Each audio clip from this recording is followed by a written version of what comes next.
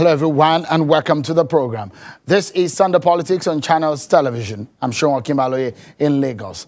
Last week, a winner was announced in the Edo State governorship election, and now we are preparing for another election, and it's going to be in Ondo State, where voters in that southwest state are already looking forward to electing their governor for another 4 years.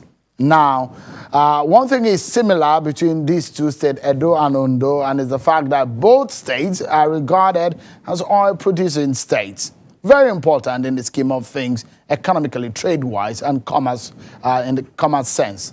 Tonight, our focus is on Ondo governorship election, and tonight we shall be speaking with a man who is seeking re-election, the incumbent governor, and the candidate of the All Progressives Congress, APC. Governor Olusegun Akeredolu.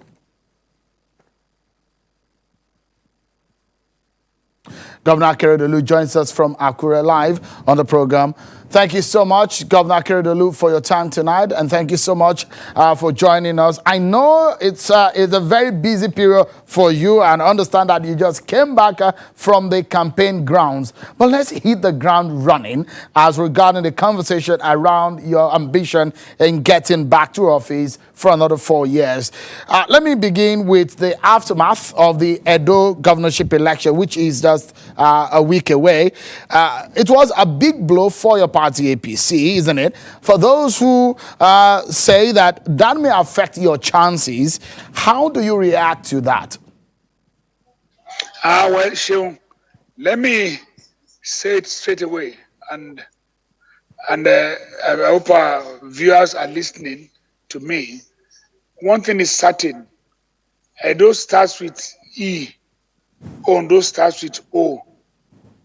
Although both ends with O, Ondo has 4 letters. So Edo is quite different from Ondo, and you will see the difference when we are through. That's why I see it. It cannot affect my chances at the poll at all. And I can assure you that Edo is different from Ondo. If you look at the factors, if you may give us a sense of why you think they are different, some of the issues that came up and what the PDP campaigned on, issues of godfatherism, the issues of resetting the system as against the norm. Are some of those issues playing out with you, considering that those who are backing you and those who are supporting you? Are there godfathers behind you this time?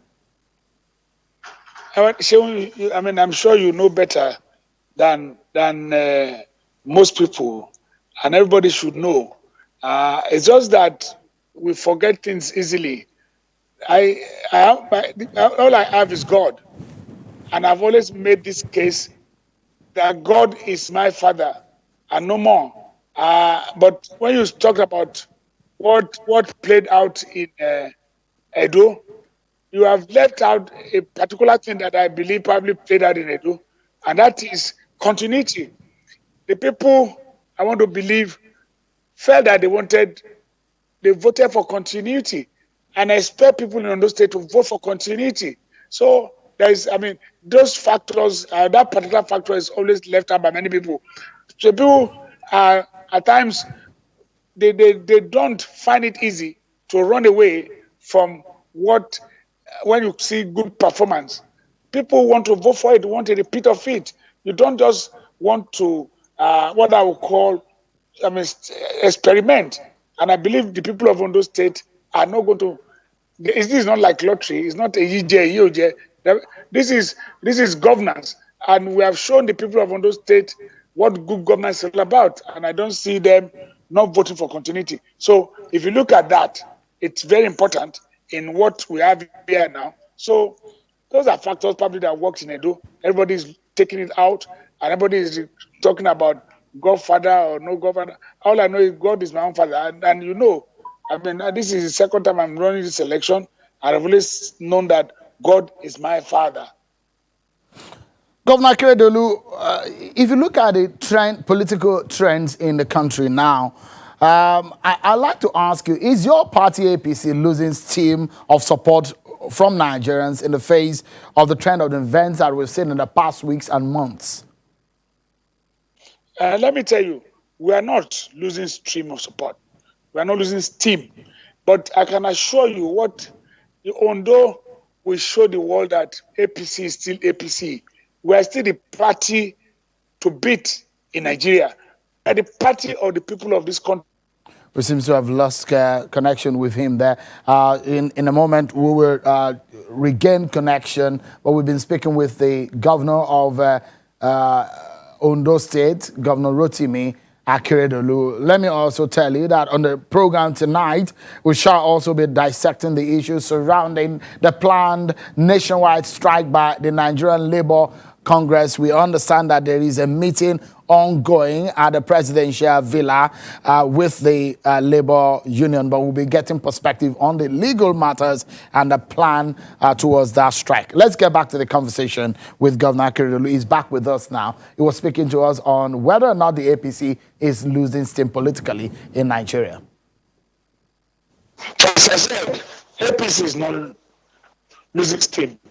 It's clear to me and to everybody, most of us who are in the party, we are a very strong party. You look at all our leaders in the party, and you don't throw away the weight of our leaders.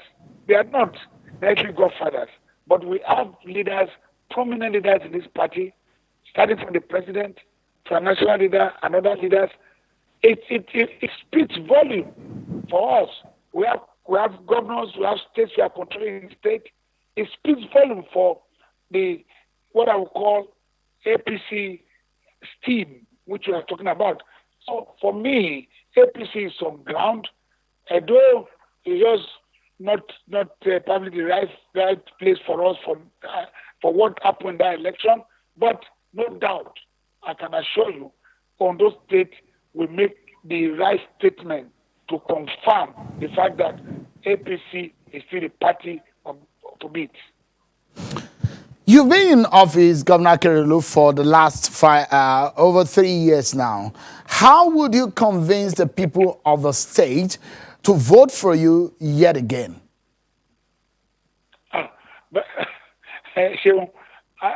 You need to be here.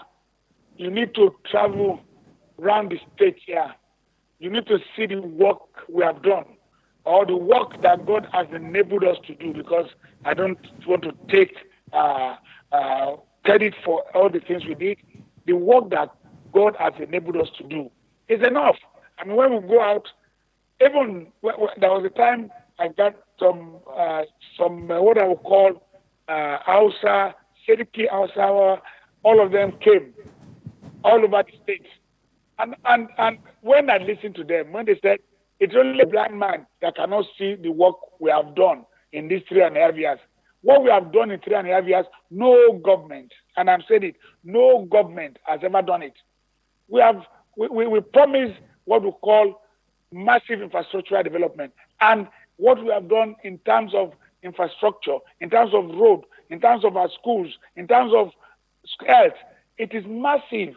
Particularly, you have to travel around the nook and crannies of this state from north to central to south. You will see our imprint there that will be there for life in terms of road construction. So we have done well. I want to trust the people that they are there to judge us. And I said so in some campaign, if you have not seen the good work we have done, then don't vote for us. But if you see what we have done and you appreciate it, then go vote. And I'm sure that the people on those states are people who not only educated, they are people who have political understanding and they know what is good for them. That they want to take a decision. It's not all this coloration by other politicians who go around and tell lies, but the people can see our work. Is it from road in Ikare, the Okela, Bujuto, coming to the central? So many roads here in Akure, so many roads even roads in Okitipupa. Is it the redemption bridge? Is it infrastructural development? Those are infrastructure. Are we talking about industrial development? Since Papa Jashin left Ondo State, no other industry Today, we have about 7 thriving industries. And I remember Mr. President came to open the Ondoli Industrial Park. It's something there that people are proud of. People are happy. And over, since Ondo State have been, and since Nigeria has been, we had bitumen deposits, second largest we claim in the whole world. It has never been explored. Exploration has started in our own time. We have facilitated all this so the people can see our good work. And I think that will speak volume. That is what will inform our re-election. Governor Akeredolu, you promised the people, because I remember that after the election, I had a sit down with you, and you told me that your people will enjoy massive employment. How many jobs do you think you have initiated or provided for the people since you got into office? Can you give us numbers? Since you got into office, if I want to give you a number, I'm sure that those direct employment, you know,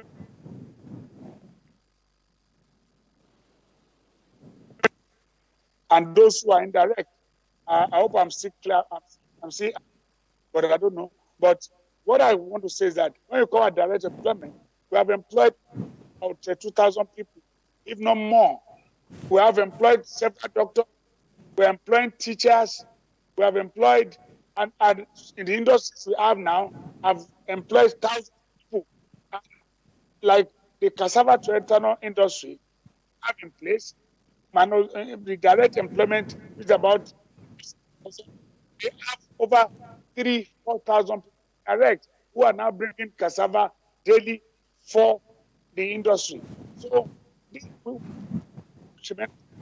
that's employment. Instead, we have found them. We have 400, for instance, graduates employed in our new Ondo Revenue Services. Graduates, we have employed doctors, over 400, we have employed teachers. So all put together, when you add them, so those who are industries and co, I'm sure that as of today, we are closely to 4,000 people.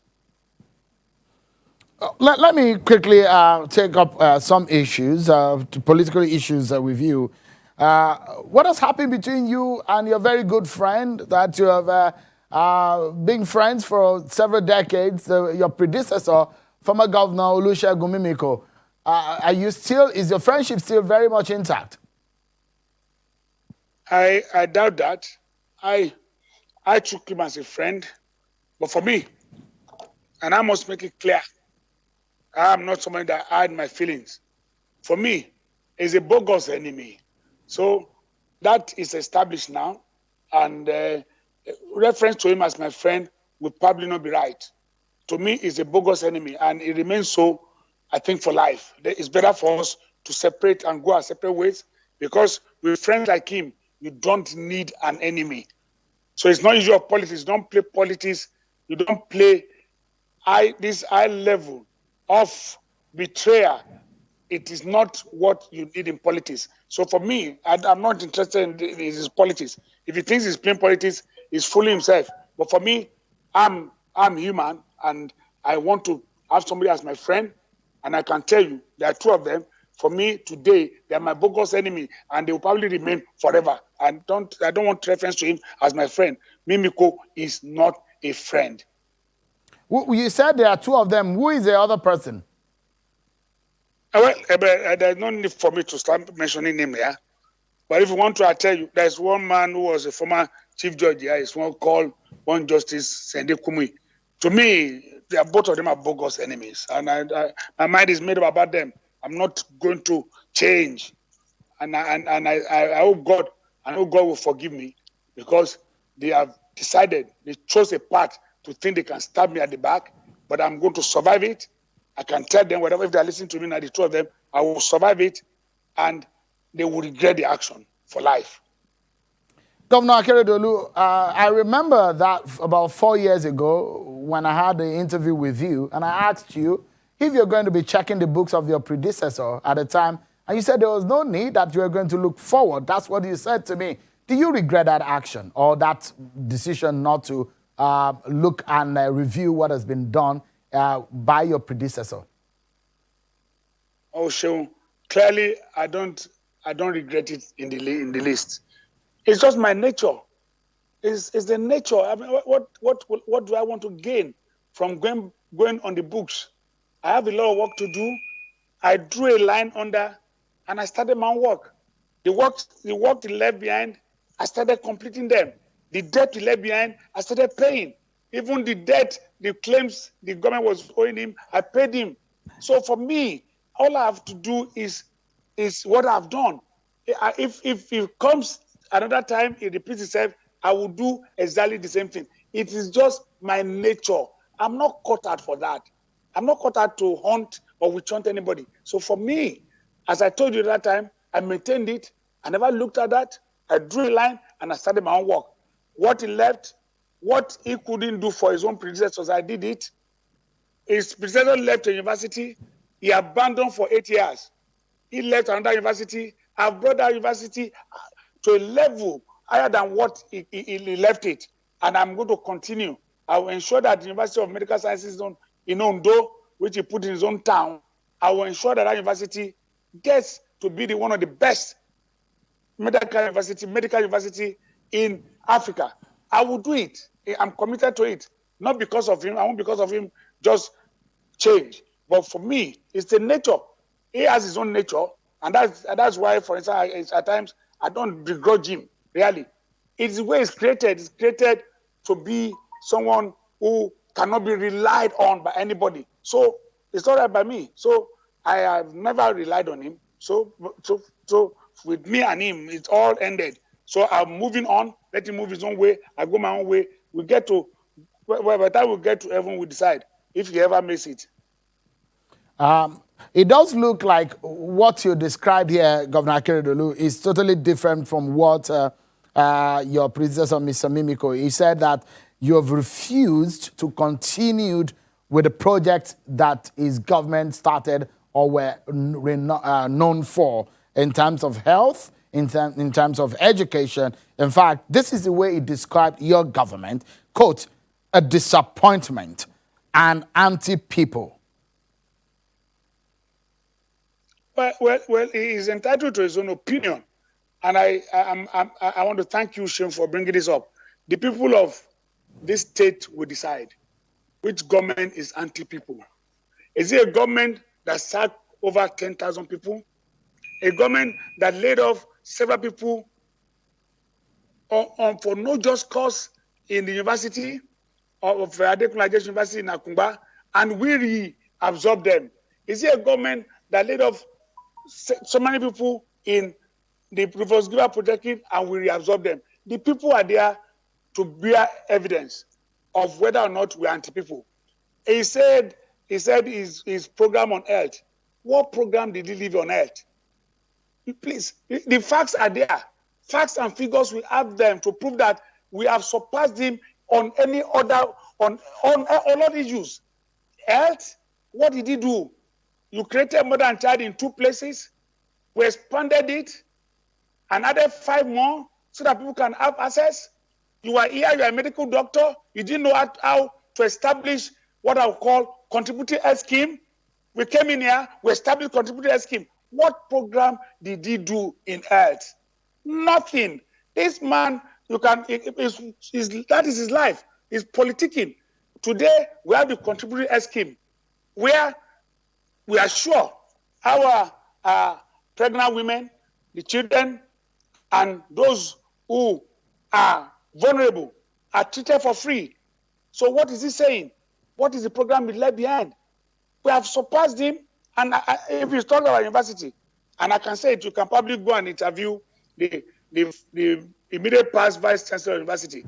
I've been at a program when he said the university established that we have done greater than him. We established a university, there were no programs were not accredited. We got over 15 programs accredited for that university. What has he done? He's done nothing. It's unfortunate that he can go out and be lying, but it's straight. He's used to it. He can do that. But we are not bothered. I'm not going to lie. University of Medical Sciences, today we are building 2 500-bed hospitals, teaching hospitals. One in Akure, one in Ondo. Did he do it? What is he talking about? This man has done nothing. He has only wasted the 8 years of this state, only for him to come here and think he can boo-boo and start talking trash to people. And I can say to him that we have done better than him. Today, we are making Ondo town as a medical corridor. We have established today a school of public health in Bolondro. Did he do anything like that? We today turned the school of nursing into college of nursing. Did he do anything like that? What did this man do? He didn't do anything. Governor Akeredolu, let's take a breather.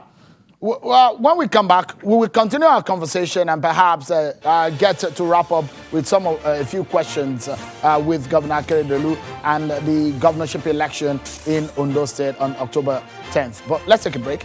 Up next, we'll also be looking at the federal government meeting with the leaders of organized labor in the bid to stop the planned nationwide strike action. Plus, there have been legal moves to stop labor unions from downtooling. We'll dissect that after this break. Join us again, everyone.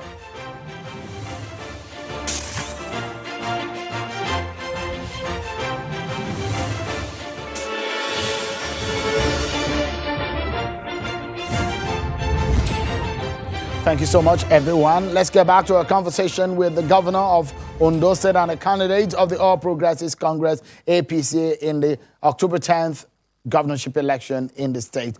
Thank you so much, Governor Akeredolu, for your time tonight.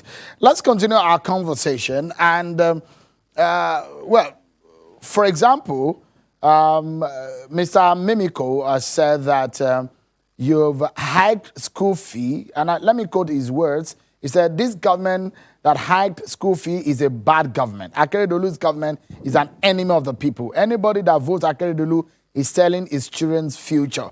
Any government that does not make health free is your enemy. Those are his words. Why did you hike the price of tertiary institution and health services? Well, I don't know about hiking the price for health services. That has not existed in a time. In fact, we have made health more as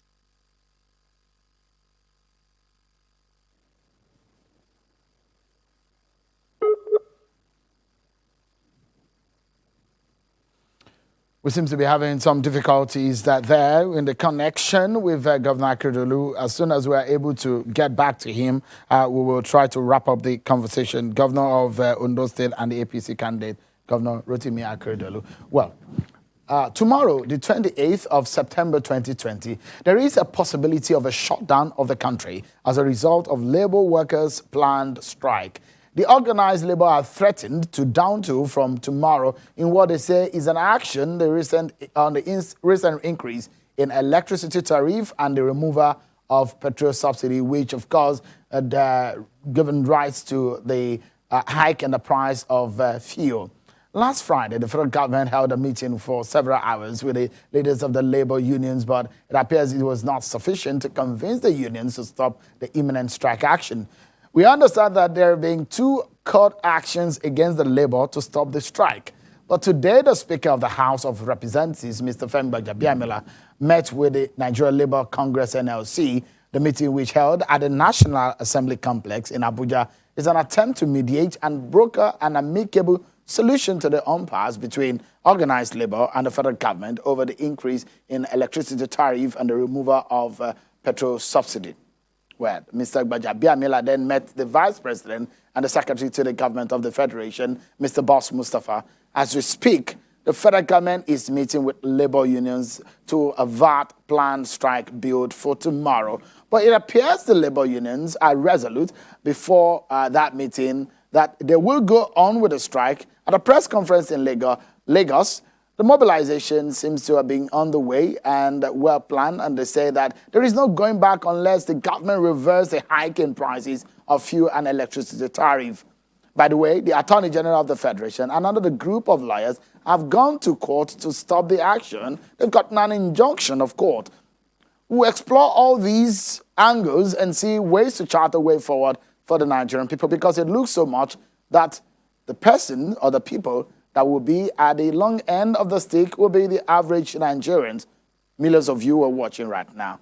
I'm being joined on the program tonight. One of the lawyers who went to court, Mr. Sanusi Musa, is a lawyer and the lawyer to the plaintiff against, of course, the labor in this matter. He joins us from Abuja, and also is Mr. Sheun Bisuga, a public affairs analyst. Here in our Lagos studio is a senior lawyer, Mr. GT Ogunye. Thank you so much, gentlemen, for coming on tonight. It's a pleasure. Thanks. Perhaps it's a good way to start with those who went to court to stop the labor. Mr. Musa, can you give us a sense of why you went to court and the reason why you sought to get an injunction to stop the labor from striking from tomorrow? The issue is simple.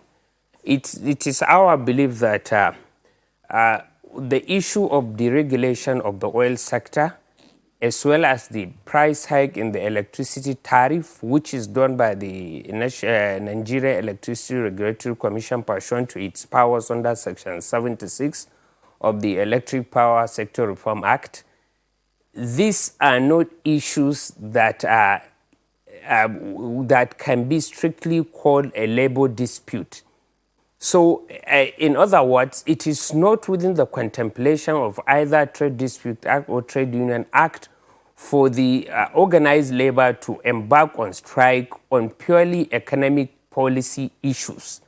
So, the essence of any strike should be done by the organized labor. It has to be in connection with the contract of employment between its members and their employers. So, but where the labor decide to take up issues that are ultra vires its own powers, then I don't think other Nigerians will sit and allow it to do that. For instance, my client are people that the person is employer of labor. He has his shop. He employed people to work there. And with no reason, then organized labor will come and close all the shops and force people out of their people. I mean, even those that are employed in the organized sector where they have organizations, unions that affiliate labor, me as an employee, I have the right under the Constitution to say I'm not a member. I don't want to be a member of any trade union. And if the unions call for a strike, I, as somebody who is not their member, I have a right to go for my duties. So what we want the court to interpret is whether by the provision of the Trade Union Act and the Trade Dispute Act, the issue of the regulation of the oil sector, as well as the increase in the tariff of the electricity, are issues that within the contemplation of a labor dispute. Because, it makes no sense. For instance, if today the price of petroleum in the international market goes down and the price of petroleum in Nigeria goes to, let's say, 100 naira, will the labor now insist that we must go on strike because they want the price of petroleum to be at 145 naira? Mr. I Musa, don't think that will make any sense. All right. So let's clarify the issue. I know you went to the normal court, the usual court. The Attorney General, I understand, went to the industrial court. In your case, you are asking that the court should interpret the issue of the strike, not protest. You are not asking this court to stop the protest. Clarify for us. We are before the National Industrial Court. And what we are asking the court is for the interpretation of Section 48 of the Trade Union Act, Section 54 of the Trade Dispute Act, and Section 31. And to see whether, by the provision of this act, the labor unions can embark on strike on issue of economic policy. Issue of protest is not what we are before court. But we have specifically, because we have also sued the Inspector General of Police and the Director General of the State Security Services, that they have a duty to provide protection for those ordinary Nigerians who want to go about their normal businesses, for those who want to open their shops, for those who want to go to the market, for those who want to use their taxi to carry people. I mean, if those who said they want to go on, they want to do a protest, they cannot stop them. With the order given by the National Industrial Code has mandated the Nigerian's Inspector General of Police, as well as the Department of Security Services, to provide protection for those Nigerians who want to go about since their you've normal clarified for services. us, let's get some so that reaction they should not on, be intimidated, they should not be harassed by the labor unions, because this is normally their character. They want to go and close market, to close people's shop, to stop buses and taxis from working. That since you've done that, let's get reaction to your action. Just a moment, Mr. Musa. Let's allow Mr. Ogunye to weigh in. Mr. Ogunye, give us a sense of what is happening in the country today. The Labour says, look, government, reverse your action on the prices of fuel and electricity tariff. And the Attorney General had gone to God to get an injunction. And the issue here is that, can the Labour rightfully, do they have the right to shut down the country or shut down activities in the country based on issues of economic policy, like Mr. Musa has said tonight on the program? Do they have that jurisdiction outside of labor matters? Well, I don't want us to be too unnecessarily pedantic about this matter.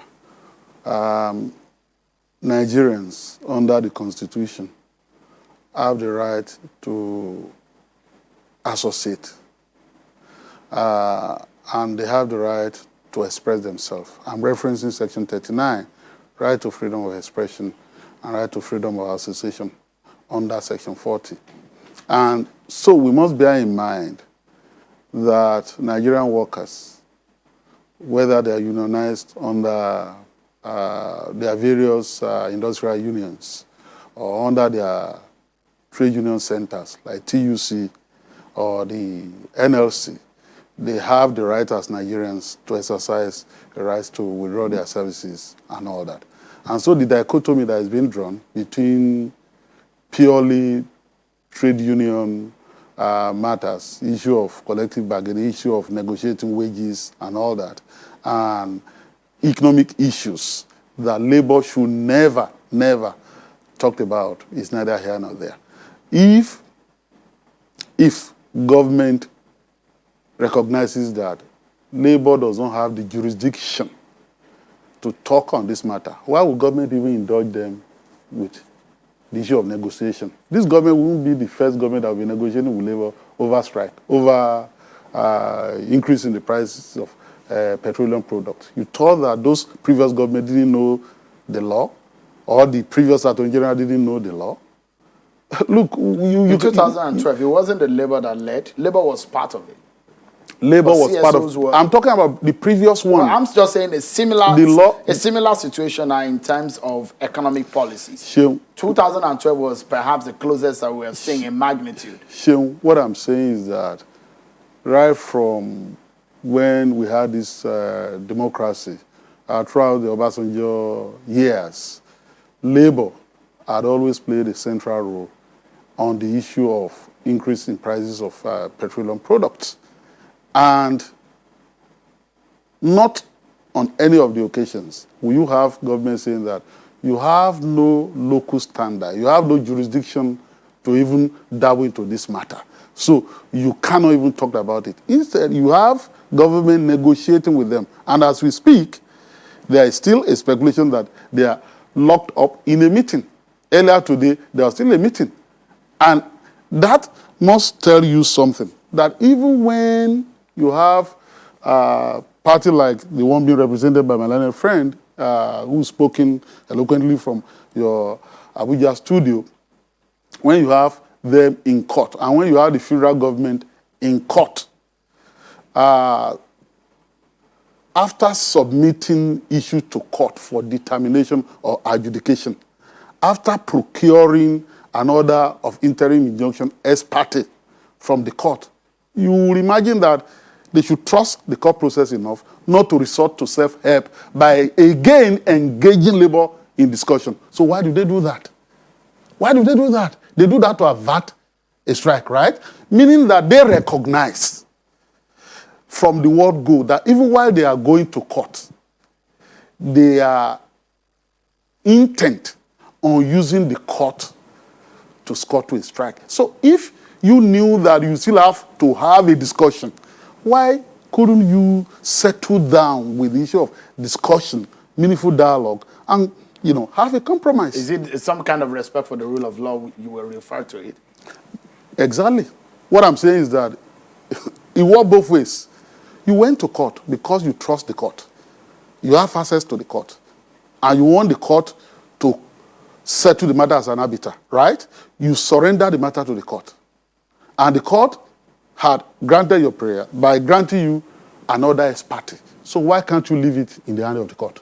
Why can't you leave the court to enforce its order? If, for example, they defy the court, why are you straddling? Why are you going back to them, resorting to self-help, to negotiate with them again? Because we understand that the police have said they will ensure that the orders of court will be obeyed. And so invariably, what I'm imagining in my head is, should anybody go out to protest tomorrow or shut down anywhere, there might be action, because there are a series of letters in the mobilization. There might be some police civil action. People talk as if we don't live in this country. In the past, the police threatened brimstone and fire on the eve of strike. It's not even in the interest of the police to be issuing threats to the Nigerian people now. It's not. We face a delicate situation. Police can say, yes, we maintain law and order and all that. So, as big as Nigeria is, if in all the 36 states, people troop to the streets and they protest. So what would the police do? Or if people want to withdraw their services and say that they won't go to work, would the police barge into people's houses and force them to go to work? That's why I'm saying that government should not be issuing threats and then engage in dialogue at the same time. That's contradictory in terms. If you want to embrace dialogue wholesomely, do so. And as for the party but the law of strategy says you throw everything at it. Mr. Just remember, let me bring Mr. Bisuga. And the question I'll be asking you is the fact that the Labour had accused government that government did not consult before they took the action in the increase of the tariff on electricity and the fuel price. In this sense, the question a lot of people are asking, if you're going to do this, what are the buffers that you have? Does the government have any buffer for the average people?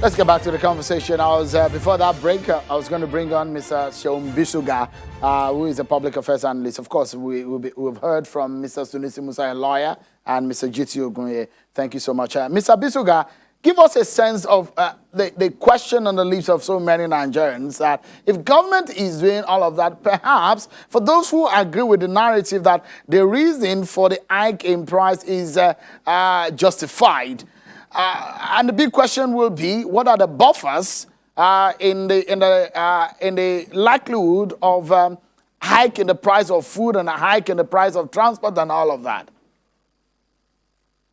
Yeah, thank you, Sean. So before the international markets forced the government to increase oil prices, the Buhari administration has set in motion, the National Economic Sustainability Plan, which was targeted to ease and cushion the effect of COVID-19.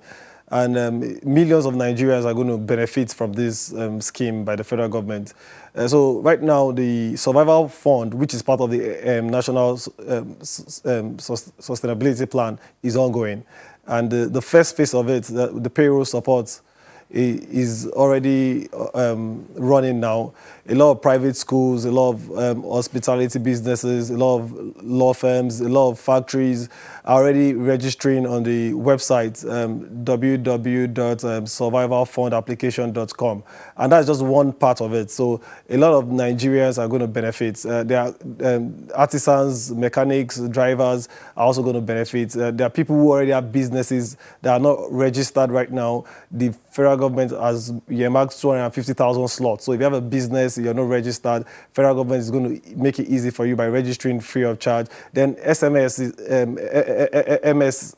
in Nigeria, over 1 million plus, are going to also benefit from the survival fund. So the plan by the government is to say, see, a lot of people have been hit by COVID, a lot of people lost their jobs, and the federal government is saying for 3 months, I'm going to pay the salary of private school teachers. We're going to pay for those in the hotels business and those in the hospitals. So the federal government has developed a robust plan that's going to cover millions of Nigeria across every state evenly.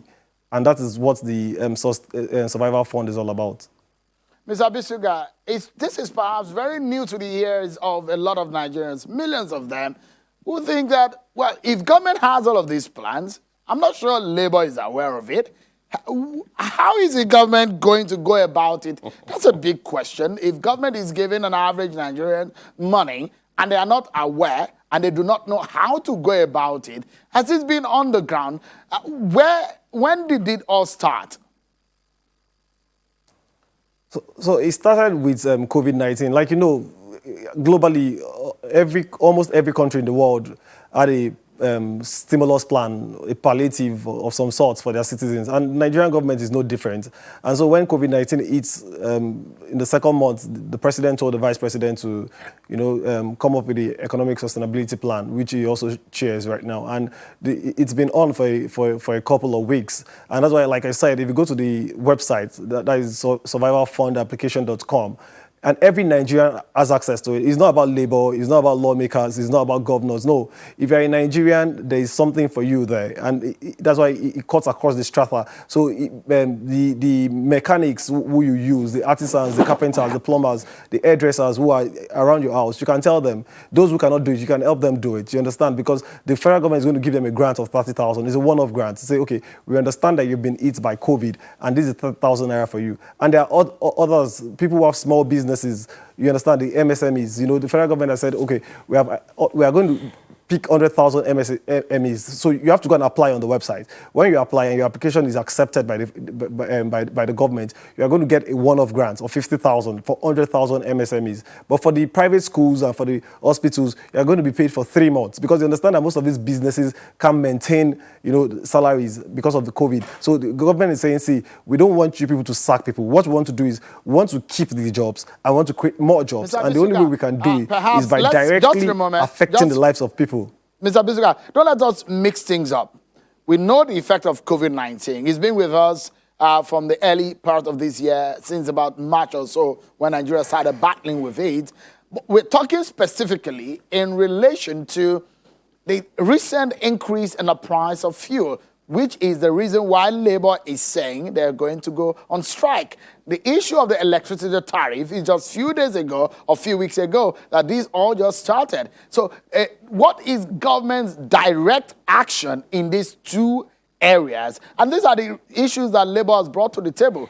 Does government have plan directly as buffer for these two issues? Seun, like you rightly know, the president has stated categorically that if you don't receive more than 12 hours of electricity, you're not affected by the review of electricity. So most Nigerians, to be fair, are not going to be affected. And I think the DISCOs and even the NERC has done a very good job to break this down. So only those who get 12 hours and above will be affected by the electricity. And secondly, if you're not metered, you're also not going to be affected at all. So it's for those who are metered. So if you're on estimated bill in, there is no way. And the president stated categorically that there is no way you'll be affected by it. So the people who are not metered are not going to be affected. And that's why he has ordered that more meters be brought in. He has signed a 1-year waiver to say, see, every Nigerian should be metered. It's only when they are metered that you know that you should get the new tariff. And as for fuel hike, which I expect Labour to also know, the fuel prices are dictated by the international market. And if you go and look at the comparative analysis,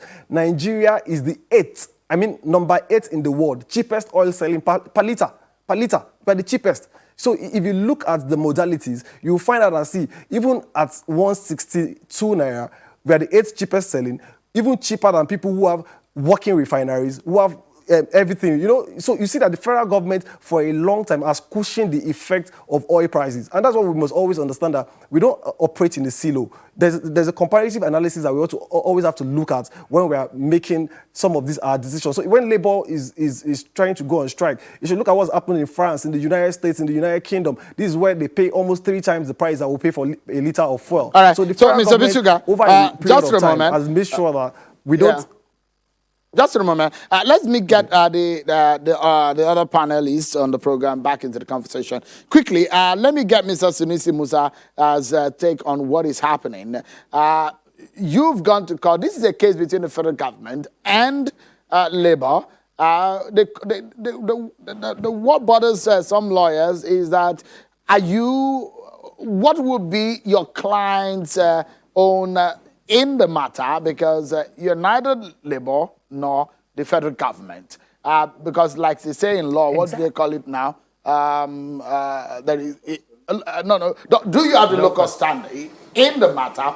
And with what is happening, can you actually stop Labour from strike tomorrow? Exactly. This is the issue.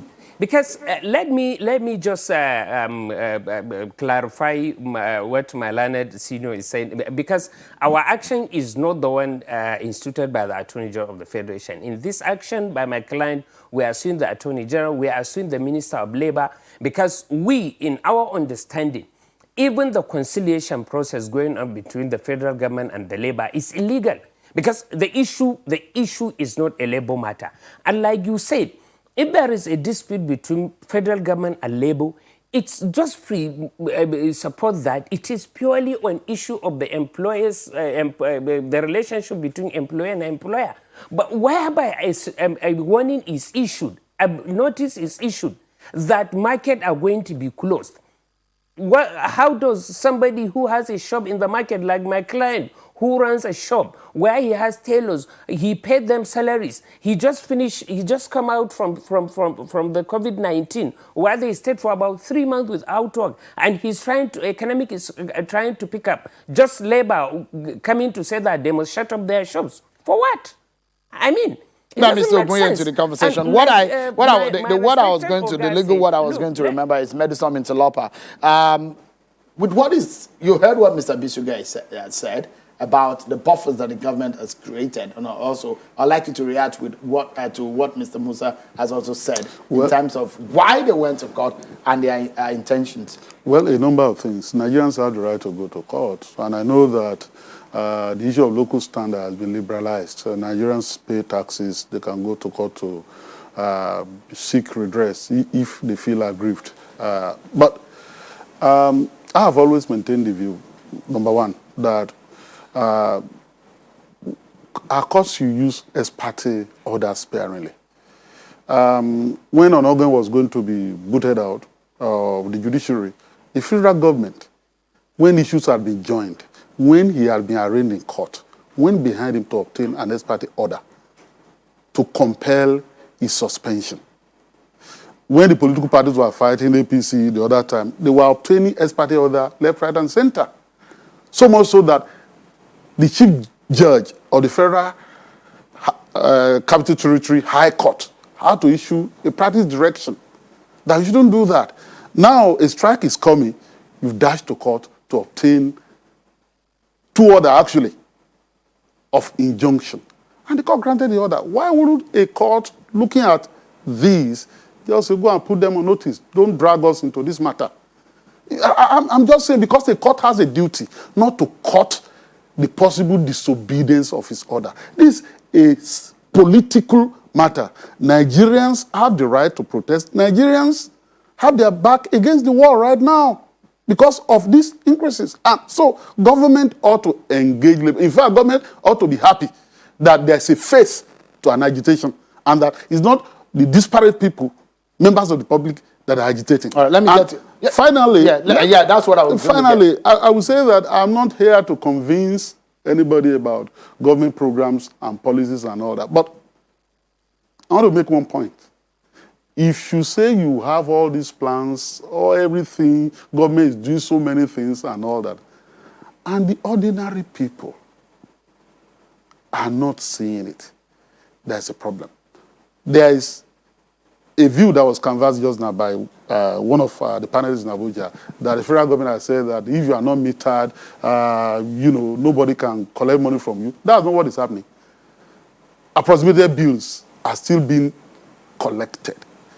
And people are still facing the consequences of the failure of not just this government. Because we're talking about 20 years on, we are still talking about light, we are talking about petroleum products, we are talking about a number of things. So let's close the program now, and let me get the final thoughts of my two panelists in Abuja. Just in a statement for each, Mr. Bisuga and Mr. Musa, in a statement each, your closing thought. That's going to be in 10 seconds each. Nigerians should know that seeing is believing. Please go to www.survivalfundapplication.com and register. You don't need anybody in government to do so. All right. Mr. Musa, in 10 seconds, your final words. Yes. A labor leader should know that he who comes to equity must come with clean hands. If they said they are doing this because of the law give them the right to do so, then they should know that once a court issue an order, it must be obeyed. If they have a problem with the order, they should approach the court and have that order set aside. We must leave that because we need to close now. I must sincerely thank all of you for coming tonight. Mr. Sunusu Musa, Mr. G.T. Ogunye, and Mr. Seun Bisuga. Thank you so much for coming tonight. Well, that's our show for tonight. We are keeping tabs on what is happening at the presidential villa and the meeting within Labour and the federal government. So we Channel Television for the update. Thank you so much, everyone, for watching. I'm Seun Bisuga. Bye-bye.